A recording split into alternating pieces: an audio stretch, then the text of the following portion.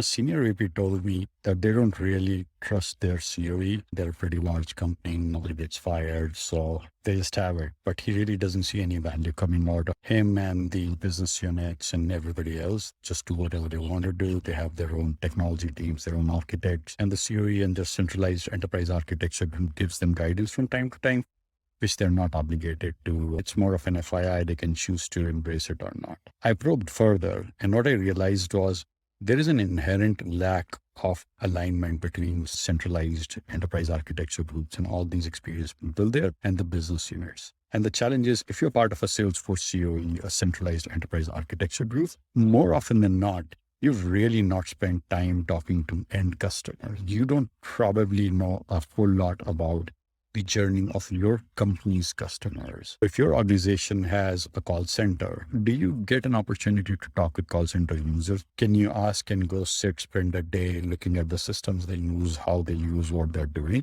Because that will give you a very in-depth idea of what they're challenging. And unless you understand them, your policies, your ideas, your governance, your initiatives, they're kind of like articulating policies for common man sitting in multi-million-dollar houses. Because the success of transformative technologies like Salesforce across larger enterprise requires you to have a clearer sense of what's happening on the ground. And again, my favorite area in this is data security and privacy.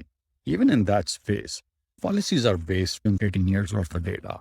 Setting in Salesforce, we want to reduce it down to 6 years data. We want to reduce security risk. What they don't see is firsthand communication. Your people are spending a lot of time building custom reports because they're not able to query data effectively. A whole other unit dedicated to building AI to dashboards, and that complexity keeps on rising. You would never know if you're not speaking with end customers, if you're not speaking with end users. And that is where I think we can all add a lot of value. I realized because I sat through some customer onboarding calls, and I'm going, we have a lot of things to do to simplify and make it easy for our end users to use our products and our services. Curious to know what you think.